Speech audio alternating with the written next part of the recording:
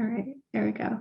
Continuing on with part 2 of definition 4, the final definition of the soul by Alice A. Bailey. So this one we're talking about the soul as a sentient, the principle of sentiency underlying all outer manifestations, pervading all forms and constituting the consciousness of God himself. The soul is everything, it's all things. Alrighty, continuing on.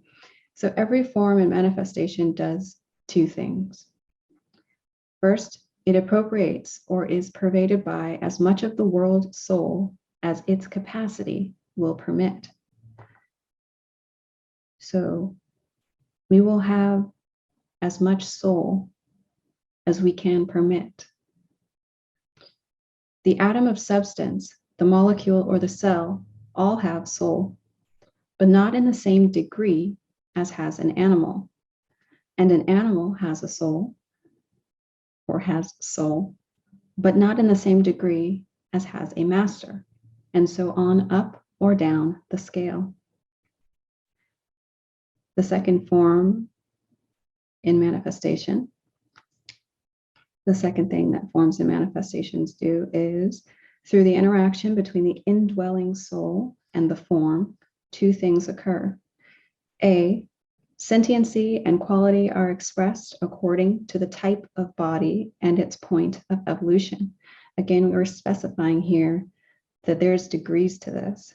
There's measures to which we will or will not permit our soul to do its thing within our being, our form, as human beings plus group consciousness and group awareness of our ray type, our ray group, plus awareness of the plan, our unique blueprint to manifest and to work on this plane, this planet of existence. It depends what capacity we have to embody and allow that soul to connect with our consciousness. It depends to which degree of sentiency we have allowed ourselves to embody and how much we've allowed the interaction of the soul to dwell within us, or we've blocked that out.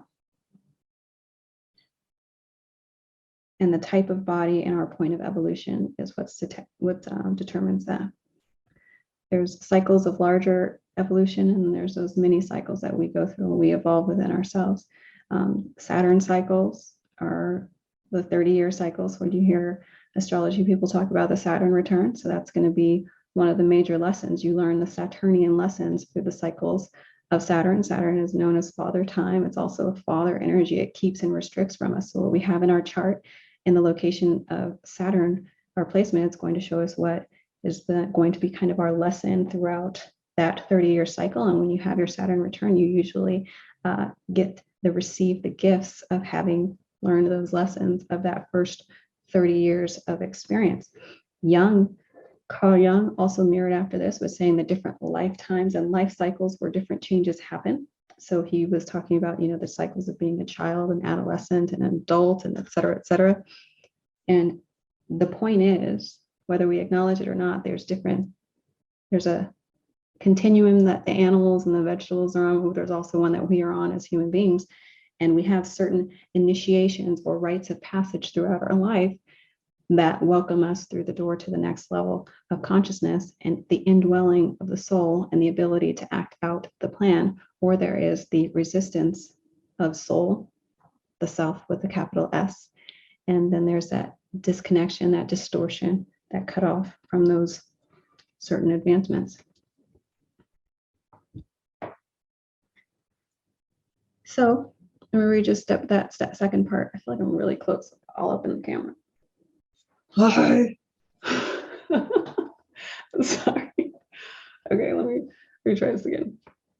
Jeez, why is this so magnified? I feel like a giant. What is that, like I can't think of anything. The opposite of that, honey, we shrunk ourselves. I'm like, I should not even post this. I'm being absolutely ridiculous. All right, but I will. Who cares? Let me continue on. I'm going to read this one over. Through the interaction between the indwelling soul and the form, two things occur. A, sentiency or quality are expressed according to the type of body and its point of evolution. And B, the pervading soul drives the body nature into activity.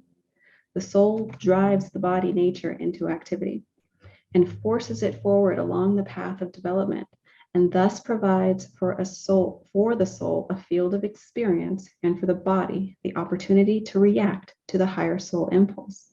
Thus the field of expression is benefited, and the soul masters the technique of contact, which is its objective in any particular form.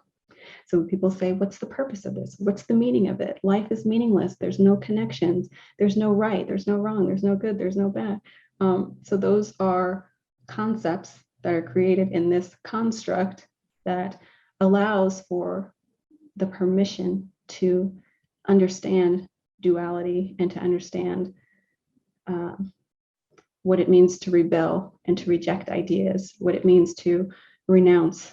I have the right to choose, right? I have the right to choose whether I want to go on this soul evolution journey, whether I want to contact the soul, whether I want to feel my intuition, whether I want to embrace my feminine energy, the divine masculine, divine feminine within each of us, if I want to raise it up and I want to activate my inner planets and to use a higher percentage of my brain capacity. I have that choice, or I have the choice to reject and resist it. So, and what that looks like is more of tension or resistance through life, because we're acting outside of a flow of nature, because we are not acknowledging that there is a flow to be in and a harmony and a harmonic way of existing. Now, and it doesn't pass judgment. It just says that there's something uniquely there for you. If you learn it and you wish to have the soul indwell and make contact with you, then it will guide you, okay? If we act contrary to that and opposed to it, then we will be operating in life as a disconnected entity, detached and unaware is a state that most are in. Like it says in the last section where it ends, it says, those who know themselves to be the self with a capital S, it's a rare and unusual occurrence for the majority. So this is why you can't just tap your neighbor, knock on your neighbor's door and say, hey, what do you know about your soul? It's a rare and unusual occurrence for the majority. The soul, therefore, viewed from one angle, I feel like I went on a tangent there. I'm not sure if I finished the point of thought that I had, the train of thought. So let's just get back to the reading. The soul, therefore, viewed from one angle, is an aspect of the body, for there is a soul in every atom comprising all bodies and all kingdoms in nature. The subtle, coherent soul, which is the result of the bringing together of spirit and matter, the first definition of the soul, exists as an entity apart from the body nature and constitutes, when separated from the body, the etheric body, the double, as it is sometimes called, or the counterpart of the physical body. So this is that part of you that senses and feels things. When you enter a room and you feel a heaviness or a weight to it, or you enter a room and you feel a lightness to it. This is a simple test of our intuition and the degree of receptivity we are to sensing with our unseen eyes, right? The third eye, yeah, I think I said it earlier. That's basically it. So the etheric body is that. This is the sum total of the soul of the atoms constituting the physical body. It is the true form. It is the principle of coherence in every form. The soul in relation to the human being is the mind principle in two capacities, or the mind expressing itself in two ways. These two ways are registered and become part of the organized equipment of the human body when it is adequately refined and sufficiently developed. Again, so there's evolution of our sensing self, of our unseen, of our intuitive nature, our feminine nature. And then you can say the masculine nature, the thinking, the sensing, the logical, the reasoning side. It also has a level of development that is necessary and to be attuned to it, to be at one, to become at one, which he'll say later. So we have to adequately refine and sufficiently develop both expressions of our mind.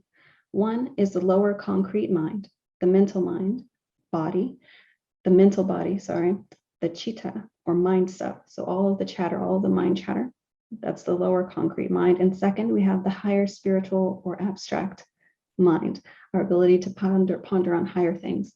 So this would be like the chain connecting the Gemini energy, which is the third house of an astrology, and the Sagittarius. Am I thinking that right? Gemini and Sagittarius, yes. So Geminian and Sagittarian energy. So Sagittarius is the ninth house.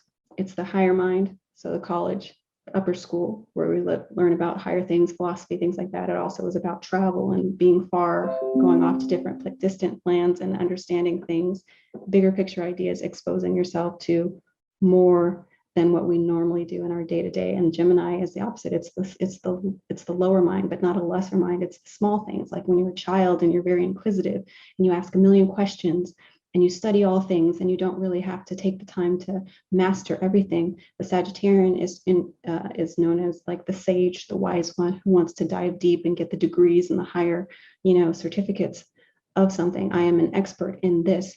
The lower mind, the Gemini energy, just wants to know for the sake of knowing, because it fulfills it in a childlike way, in a wonderment, in a way of curiosity and exploring. It's about still like relationships and siblings and things like that, and just about like those early years of taking things in. So that's why it's considered like the lower grade school in spirituality.